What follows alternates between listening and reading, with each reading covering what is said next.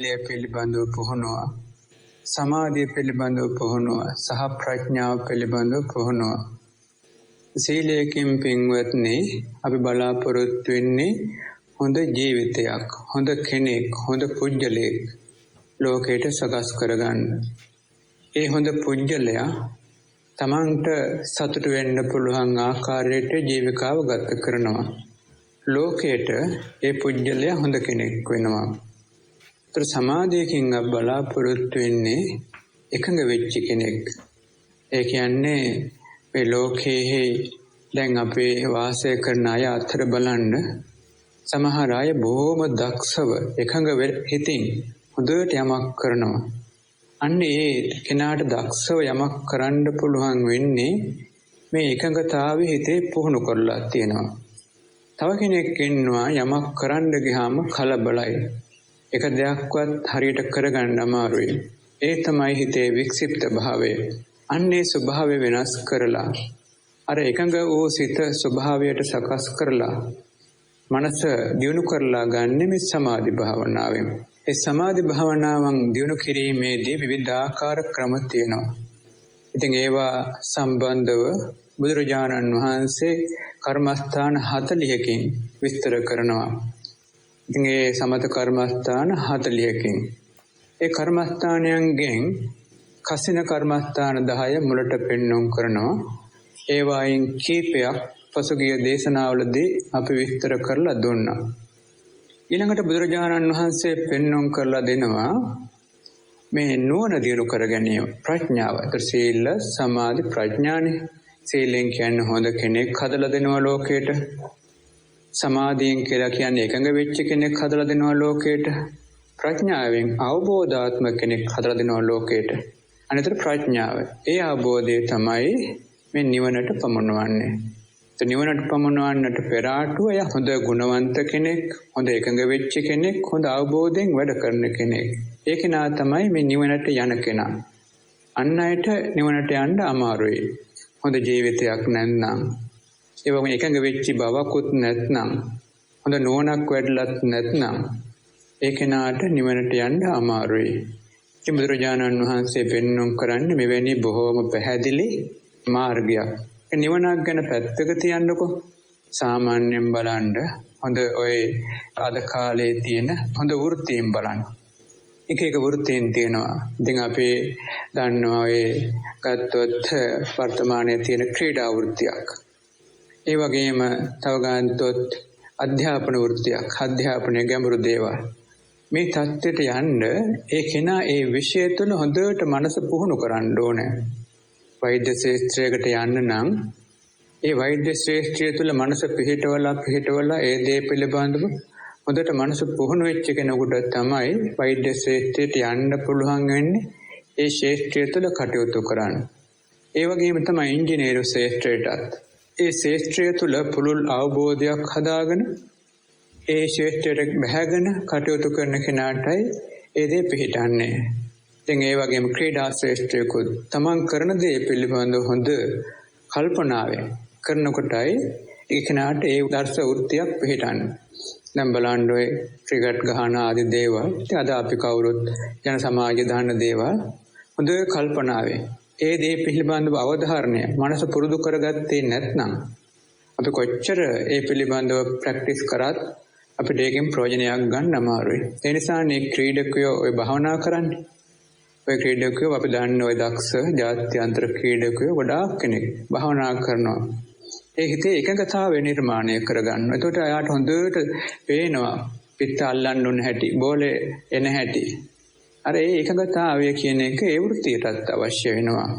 ඒ දෙයම තමයි පින්වතුනි දහමටත් නිවන් දකින්න කෙනාටත් ඒ එකඟතාවය අවශ්‍ය වෙනවා. ඒ එකඟතාවය හොඳට පුරුදු වුණාම තමයි හිතේ සමාධි ගතිය පිහිටන්නේ. ඒතර මේ හිතේ ස්වභාවයක් තියෙනවා පින්වතුනි. එකඟතාවය වැඩි කරන්න පුළුවන්, එකඟතාවය අඩු කරන්න පුළුවන්. ආරම්මණයකට පුළුවන් එකඟතාවය වැඩි කරන්නත් පුළුවන්, එකඟතාවය අඩු කරන්නත් පුළුවන්. එකඟතාවය අඩු කරන ආරම්මණය වලට අපි කියනවා අකුසල් ආරම්මණයි කියලා. හිත එකඟතාවය වැඩි කරන ආරම්මණයන් වලට අපි කියනවා කුසල ආරම්මණ නැත්නම් භවනා ආරම්මණයන් කියලා කියනවා.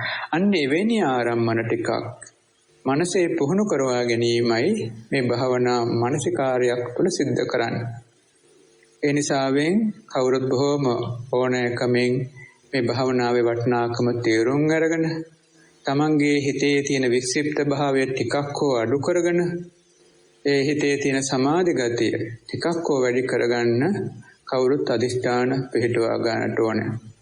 ඒතර අද දවසට අපිට නියමිත වෙලා තියෙන්නේ මේ කසින භාවනාවන්ගෙන් පීත කසිනය එහෙම නැත්නම් කහපාට කසිනයයි විස්තර කරන්න අපිට නියමිත වෙලා තියෙන්නේ. ඊට කලින් මේ පින්වතුන්ට පුංචි උදාහරණයක් අපි කියන්නම්. මේ කහපාට කසිනය කියන එකත් අනික් කසින වගේමයි. ඒ වගේම වඩුපාය බොහෝමයක් අපිට අත්දකින් තියෙනවා. පින්වතුනි, ඉතින් මේ කහපාට කසිනේ වැඩිම සම්බන්ධව එක යෝගී කෙනෙකුගේ අත්දැකීමක් අපි ඉදිරිපත් කරන්න කැමතියි. මොකද මේ අයටත් විශ්වාසය තහවුරු වෙනවානේ. භාවනා පිළිබඳ විශ්වාසය තහවුරු වෙනවානේ. දෙක යෝගී කෙනෙක් ඒ කෙනා කිව්වා මම භාවනා කළා. ගොඩක් භාවනා කළා. නමුත් මගේ චිත්ත ඒකාග්‍රතාවයක් හැදෙන්නේ නැහැ. ආනාපාන සති භාවනාවන් කළා. අනිත් භාවනාවනුත් කළා. ඉතින් ඒකාග්‍රතාවයක් නම් හැදෙන්නේ නැහැ කියලා මතක් කළා. ඉතින් ඒ වෙලාවේ අපි හොඳයි අපි කමටහනක් දෙන්නම්. ඒක කරන්න කැමතිද? ඔව් කැමතියි. හැබැයි අපි දෙන කමටහන් ටිකක් පිළිකුල් කමටහනක්. කමන්නේ ස්වාමීන් වහන්සේ දෙන ඕන එකක් මං කරන්න. මේ වගේ ඉතින් බාරගත්තා. එහෙමනම් අපි කියවා හොඳයි. එහෙමනම් තමන්ගේ ශරීරයේ මේ අපි කවුරුත් පිළිකුල් කරන කොටසක් තියෙනවානේ. පින්වතුනි, ඉතින් ඒ අපේ මනස පුරුදුලා තියෙන පිළිකුල් කරන්න. නමුත් ඇත්තටම ස්වභාව දහමෙන් සකස් වෙලා තියෙන දේවල්. අපේ ශරීරයේ තියෙනවනේ මේ මල කොටසක් පහළ බඩවැලේ පහළ කොටස් වල මේ තැම්පත් වෙලා තියෙනවා. මහ බඩවැලේ කොටසෙත් තියෙනවා. මෙන්න මේ මල කොටස අරමුණු කරන්නයි කියලා අපි කමටහන දුන්නා.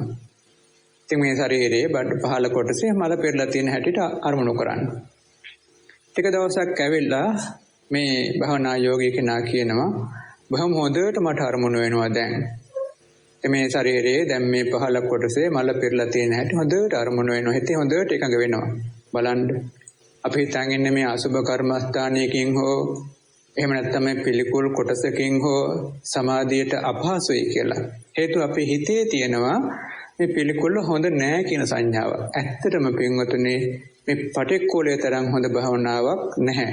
ඒක අර පටික්කුල භාවනාව ඉතාම හොඳ භාවනාවක්. නමුත් අර අපිට මනස රුචි කරන්නේ නැති හන්දයි ගොඩාක් ස්වාමීන් වහන්සේලා කෙලින්ම උගන්වන්නේ නැත්තේ. ඒ නිසා ස්වාමීන් වහන්සේ වැඩිපුරක් උගන්වන්නේ ආනාපාන වගේ භාවනාවක්. නමුත් බුදුරජාණන් වහන්සේ වැඩිපුර බුදුරජාණන් වහන්සේ උනන්දු කරවන්නේ මේ පටික්කුල භාවනාවන්ට, මරණ සති භාවනාවන්ට මේවාට තමයි. මොකද භාවනාව වේගවත්. සමාධිය වැඩිම, ඒ වගේම සිතේ ඒකාග්‍රතාවය වේගවත්. ඒ නිසා මේ භාවනාවෙන් අතර පටික්කුල භාවනාව ඉතා වැදගත්. කෙනෙක් හිතන්න පුළුවන් අපිට මේ ලෞකික ජීවිතය ගත කරන්න බැරි වෙයි. නැහැ පින්වතුනි, එහෙම වෙන්නේ නැහැ. අවබෝධය වැඩි වෙනවා. වැඩි වුණාට ලෞකික ජීවිතේ එහෙම අපිට හානියක් වෙන්නේ නැහැ. අපිට ලෞකික ජීවිතයත් ගත කරන්න පුළුවන්. ඒකම අවබෝධයෙන් ලෞකික ජීවිතය ගත කරන්නත් පුළුවන්. අවබෝධය වැඩිකම නිසා වෙනදාට වඩා හොඳට සාමකාමීව ලෞකික ජීවිතය ගත කරන්න පුළුවන්කමක් තියෙනවා.